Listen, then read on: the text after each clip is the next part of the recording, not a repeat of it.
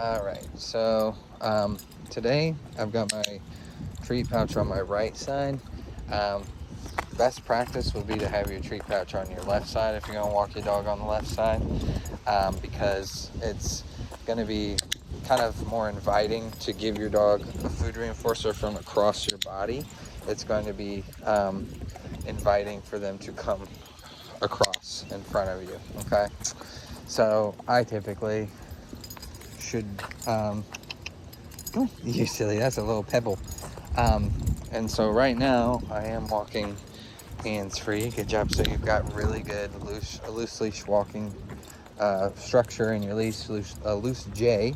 Sorry, can't speak English right now apparently. Good job, buddy. So yeah, walking on the left, should probably have food reinforcers on your left. The dog will tend to gravitate. Can you sit? Good. All right, go. The dog will tend to gravitate back toward the position of that treat pouch because they know that that's where the reinforcement is coming from. So that's probably going to help you. Anywho, moving on from that, what I just did, okay, let's go, was I had Mackie sit real quick before I invited her to go sniff in that area or go do whatever she felt like doing in that area. Good job. Because it's really important on a walk to have your dog clock out from time to time. To be a dog and help regulate.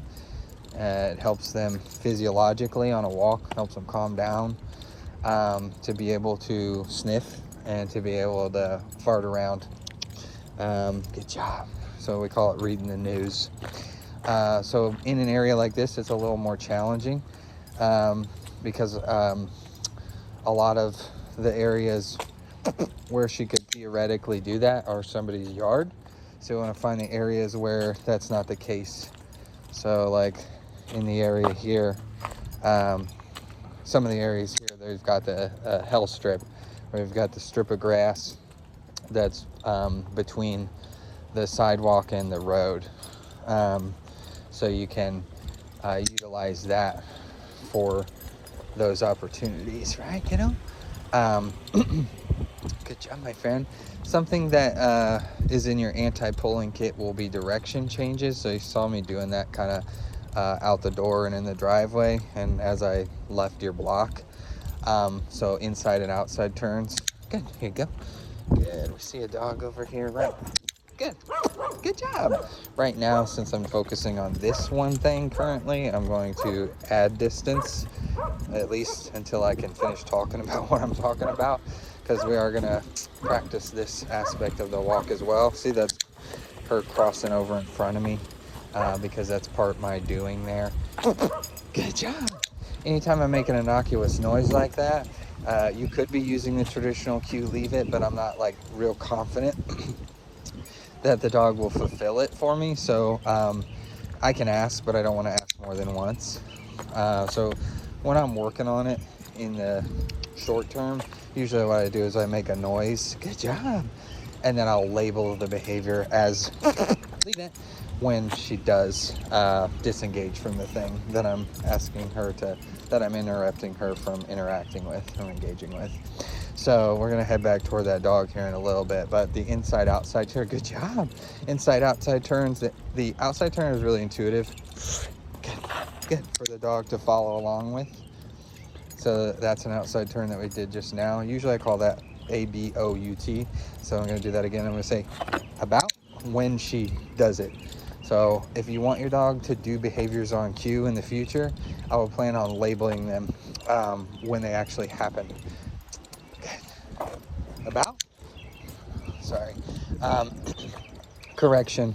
That's a habit that I have that I learned from someone else, calling it ABOUT. I actually typically will call it AROUND.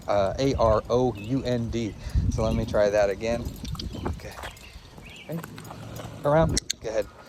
And that's just like a nitpicky thing of mine because I associate it with that trainer who is more of an alpha trainer, more of a traditional trainer that uses aversive techniques. So that word has been kind of poisoned for me. So I want to just use the other word, and you can do whatever you want. You could call it banana for all it matters.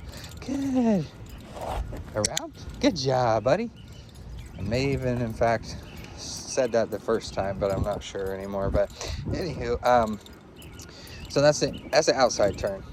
She's doing well enough that I don't have to use a treat lure to get her to do it. With an inside turn, that's probably where I'm going to have to start, at least so I don't freak her out, because I'm going to have to cut in front of her when I do an inside turn. So what I do is I put a treat lure here, and I step in front, turn, and I go back the other direction. Come on, baby. Good job. It's easier for them to do when they're actually paying attention. If you try to do it when they're not, like, you're going to end up having to move into your dog. Turn. Which is probably okay when you're a familiar person. It might be a little weird if it's me. We're going to go out into the road a little bit here and take inventory of our environment. So we're walking along, and I'm going to cut in front. Turn. Good job. Not bad. Good. Good job. Good. Let's do it. Leave it. Good job. All right, I'm gonna cut this video because it's 6 minutes and it's gonna have to be uploaded to YouTube. So the shorter the better.